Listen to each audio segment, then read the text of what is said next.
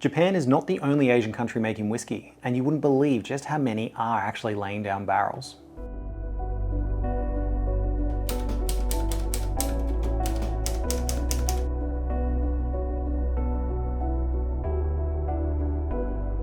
Hey there, I'm Nath Martin, the Whiskey Scribe. Taste is subjective, whiskey is diverse, and this channel is all about understanding it well enough to enjoy it on your own terms. Now, there are a lot more countries than just Scotland, Ireland, and the US producing whiskey, and I'm diving into every single country in the world that actually makes whiskey to a commercial standard. So not just something made out in the back shed, something that's actually commercially viable and sold to the public. And I've already covered Europe. There are a heap of countries in Europe that are making whiskey at the moment, and now we're moving into Asia and Oceania. I'm also going to do all of the Americas, so North and South America, as well as Africa. So hit the subscribe button below to check that out. Now, when I say we're covering Asia in this video, I'm talking about Asia and Oceania, so all through Southeast Asia, just basically this whole corner of the world, putting into a sort of like an unofficial group.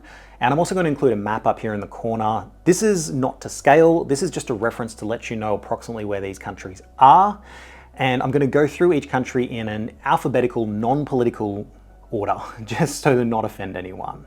Which, fortunately, actually starts with us, me, Australia.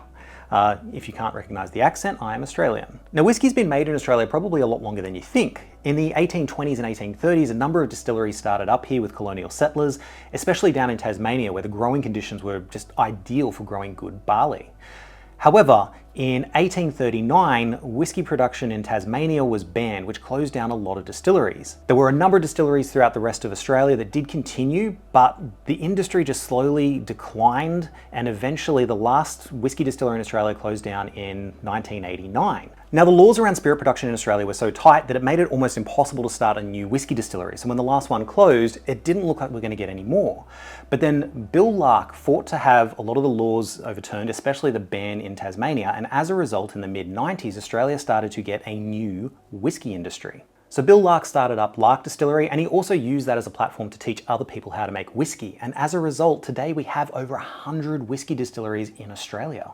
Now, this whole history of Australian whiskey is incredibly complex and probably needs a video of its own, but a few of the Australian distilleries that have got international distribution, so you're likely to see them and worth looking out for, are Lark Distillery, Hellier's Road, Sullivan's Cove, Starward, and Morris Whiskey, which comes from Morris of Rutherglen, an internationally renowned winery that's known for award-winning fortified wines. So now they also make whiskey and age it in their fortified wine barrels. Bangladesh may make whiskey. Alcohol is heavily regulated in Bangladesh, and you actually need a permit to be allowed to drink it. However, there is a state-owned distillery called Karoo & Co. It's the only licensed distillery in the country, and it reportedly makes a yellow label malted whiskey and imperial whiskey. Now, there is very little information I was able to find about the distillery itself, so it's unclear whether this is a grain-based spirit that they've used to make whiskey or if it's based on sugarcane, which is kind of common in the area. But the bottom line is there is a distillery in Bangladesh that is making a product that they're calling whiskey. Now, in Burma, or Myanmar, depending on when you went through high school, whiskey is actually the most popular spirit. It's widely consumed, it's affordable, in fact, it's even cheaper than beer. What the hell am I doing here? But Myanmar Distillery Co. produces Grand Royal whiskey, with a few different expressions, so a few different labels out there, but it's reportedly made from a combination of Scottish and local grains, but all distilled and aged in country. Now, in Cambodia, if you go out asking for Khmer whiskey, what you're probably going to get offered is some really rough moonshine. It's made from rice. Rice is a grain, could be whiskey, but it's often unaged and possibly even sold in plastic bottles from street vendors. But there is a commercial grade Cambodian whiskey being made in country called Holy Creek. It's a Jack Daniel's style corn-based whiskey that reportedly tastes similar but still somehow unique. I'd give it a go. China. Now, 25 years ago, the whiskey market in China was basically Baijiu and imported Scotch. Now, Baijiu is a grain-based spirit, but it's clear and unaged, so not whiskey. But flash forward to today, there are over 50 distilleries in China producing and exporting commercial whiskey products. Now, the only Chinese whiskeys that I've tried so far come from Laizhou Distillery, which is an award-winning distillery, and I highly recommend you check them out. But a few other distilleries worth looking at are Daiking, Go Along, Nine River Distillery, and Quan Chung, which won World's Best Blended Malt just this year. India today has a rapidly growing whiskey market. They recently overtook France as the bigger importer of Scottish whiskey. But They've technically been making whiskey in the country since the 1820s. During colonial times, there were distilleries there that were producing a whiskey product, but it was sugarcane based. So the rest of the world wouldn't really call that a whiskey. I'd call that a rum. I don't know why they called it whiskey. But it was Amrut distillers in 1986 that pioneered malt-based whiskies in India. But things really kicked off for Indian whiskey production when Amrut released an Indian single malt in Glasgow, Scotland in 2004. Now, I do really love Amrut whiskies, and hats off to them for being pioneers, but a few other Indian whiskies worth checking out are Paul John and Rampur. Now, Indonesia has, oh, wait, for the Aussies, Bali is in Indonesia. Indonesia's first single malt was released in 2005 as Keris from Putasti Dhamma Admikti Distillery in Bali. I'm just gonna put the word down here. It is aged in American oak and finished in sherry casks and has won awards at international whiskey competitions. You also have a couple of other blended whiskies like Batavia and Omrak. Now, if you really are a whiskey lover, you would have to know that Japan makes world-class whiskey. Their industry kicked off in 1923 when the Yamazaki distillery was founded, but has grown to be its own class of award-winning sought-after whiskey with over 100 distilleries, utilizing unique local features like Mizunara casks, pristine waters, and blending spirits from multiple Japanese distilleries. Key Japanese whiskey brands worth trying are Hakushu, Yamazaki, Hibiki, and Nikka. But for something that is really uniquely Japanese, try Kajura. It's an Okinawan indica rice-based whiskey that is sensationally unique, but still whiskey. Korea. Whiskey is made in Korea, both Koreas. In South Korea, there is one distillery. They're producing a Scottish-style single malt under the label Key One. They first began releasing whiskey in 2021, and the Key One Unicorn, which is a whiskey made from Highland peat, is a really solid dram and a great whiskey coming out of a country that has never had a whiskey industry before. But of the Koreas, North Korea was the one who first released a whiskey in 2019 in order to compete with the luxury spirit market. It's called Samilpo and is available in 40, 42 and 45% ABV. Unfortunately, I probably won't ever get a chance to try this one, but if you're going to release a whiskey to compete with the luxury spirit market, maybe don't make it look like Johnny Red. Mongolia has been producing a millet-based spirit since the 1890s. Now, millet is a grain. It's a small seeded grass, but I can't find anything about this spirit being aged in any way, so we can't really call that whiskey. But that's okay, because they're about to enter the modern whiskey market.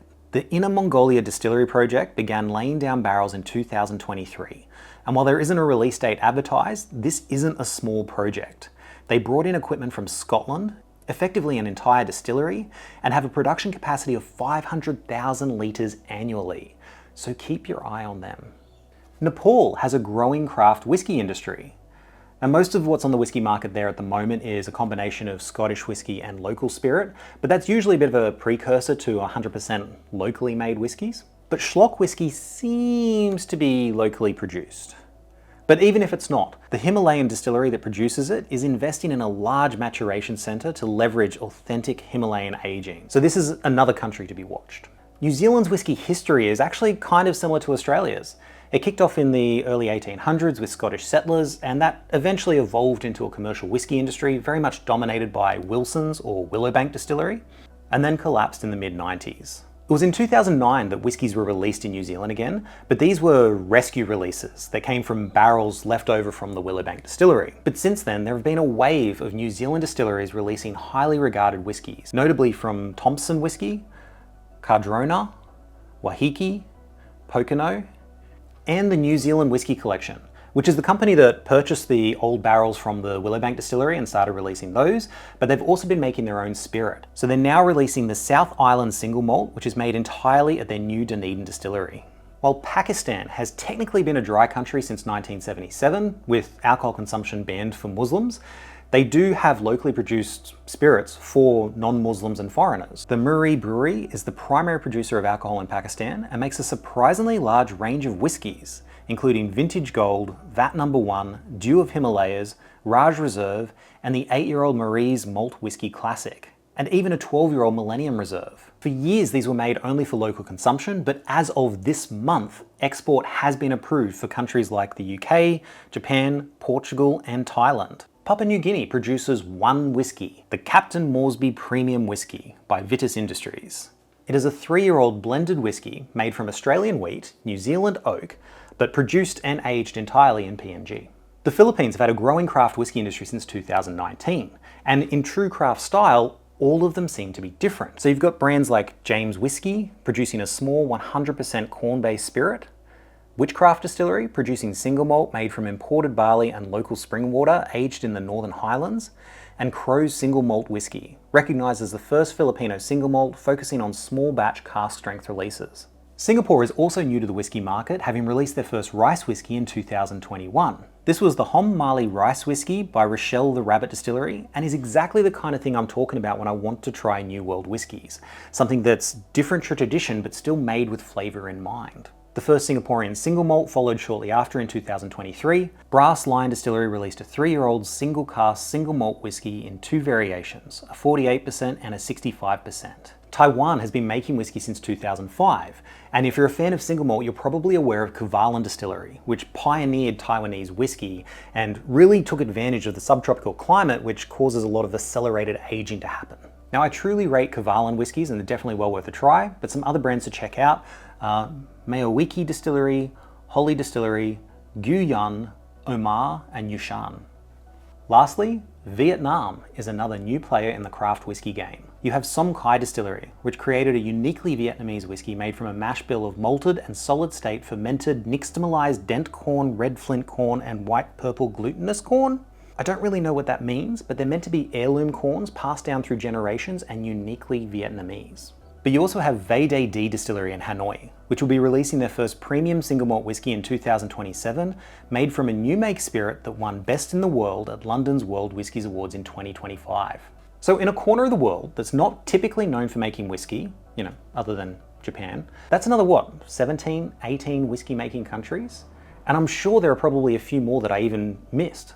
So if you know of any other countries throughout Asia and Oceania, like even the Pacific Islands, that are making whiskey, so a grain-based spirit aged in barrels, let me know in the comments. I'd love to hear about it. But I've covered Europe now. I've covered Asia and Oceania. Next, I'm going to cover North and South America. There's whiskey making countries in both, and Africa. So make sure you hit the subscribe button so you can catch the next one in the series. But no matter where it's from, no matter where in the world, enjoy what's in your glass and slange.